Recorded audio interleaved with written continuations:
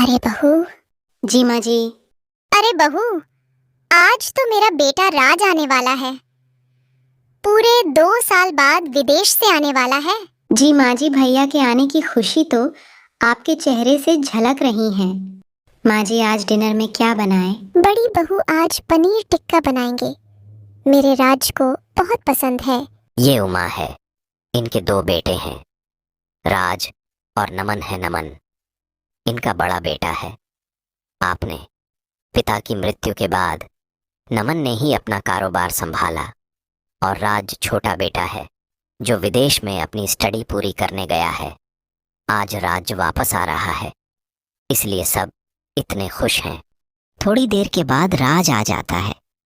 राज अकेला नहीं होता है, उसके साथ एक लड़की भी होती है। राज की माँ पूछती है, बेटा ये लड़की कौन है? इस पर राज बोलता है, माँ ये तुम्हारी छोटी बहू टीना है। हम दोनों एक दूसरे से बहुत प्यार करते हैं, इसलिए हमने शादी कर ली। टीना बहुत मॉडर्न लड़की थी। राज की माँ सोचती है, मेरे बेटे ने अपनी शादी के बारे में मुझे पूछा भी नहीं। राज की माँ को बहुत दुख होता है, पर वो अपने बेटे की खुशी के लिए दोनों को स्वीकार कर लेती है। हे राज डार्लिंग, तुम्हारा ये रूम कितना छोटा है। इससे बड़ा तो मेरे घर में सर्वेंट रूम है। देखो डार्लिंग, मैं ज्यादा दिन यहाँ नहीं रह पाऊंगी। ओके टीना, जो तुम कहो, बस कुछ दिन की बात है, फिर मुझे न्यू फ्लैट मिल जाएगा।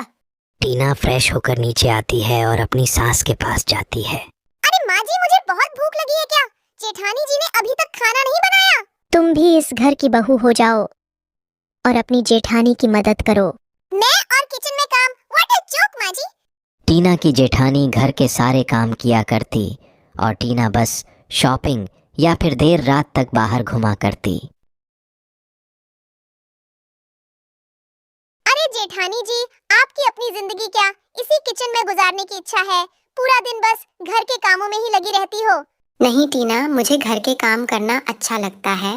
राज, ये तुम दोनों पति पत्नी ने क्या लगा रखा है? देर रात तक घर के बाहर रहते हो, परिवार के साथ बदतमीजी करते हो। ये संस्कार तो नहीं दिए थे तुमको। भैया बस, आप तो कुछ ना ही बोले। अपने दुनिया देखी ही कहाँ है? लोग अपनी लाइफ कैसे खुल के जीते हैं। आप तो बस दुकान से घर और घर से दुकान जाते हो। थोड़ा बाहर निकलना भैया, फिर पता चलेगा। बस करो राज, क्या तुम भूल गए हो? तुम अपने बड़े भाई से बात कर रहे हो। राज बोलता है, माँ मैंने अपना न्यू फ्लैट लिया है, मैं और टीना कल वहाँ शिफ्ट हो जाएंगे। राज की माँ अपने रूम में जाकर रोने लगती हैं और उनकी बड़ी बहू आके अपनी सासू माँ को चुप कराती है। टीना, तुमको न्यू फ्लैट कैसे लगा darling? It's very beautiful baby, I love you Raj so much. तुमने मुझको इतना सुंदर घर गिफ्ट किया। इधर राज का परिवार राज और टीना को बहुत याद किया करता, पर राज और टीना तो अपनी ही दुनिया में मस्त थे। इसके बाद वो दोनों अपनी मर्जी की जिंदगी जीने लगते हैं। शॉपिंग करना, देर रात तक क्लब में जाना, दोस्तों के साथ घूमना। कुछ महीनों के बाद राज को बिजनेस में नुकसान होना शुरू हो जाता है। उसका सारा बिजनेस कर्ज में चला जाता है। वो दोनों बहुत परेशान हो जाते हैं और उनको अपना फ्लैट भी बेचना पड़ता है। टीना, जब तक मेरा काम दोबारा शुरू नहीं हो जाता है तब तक हमको यही रहना पड़ेगा।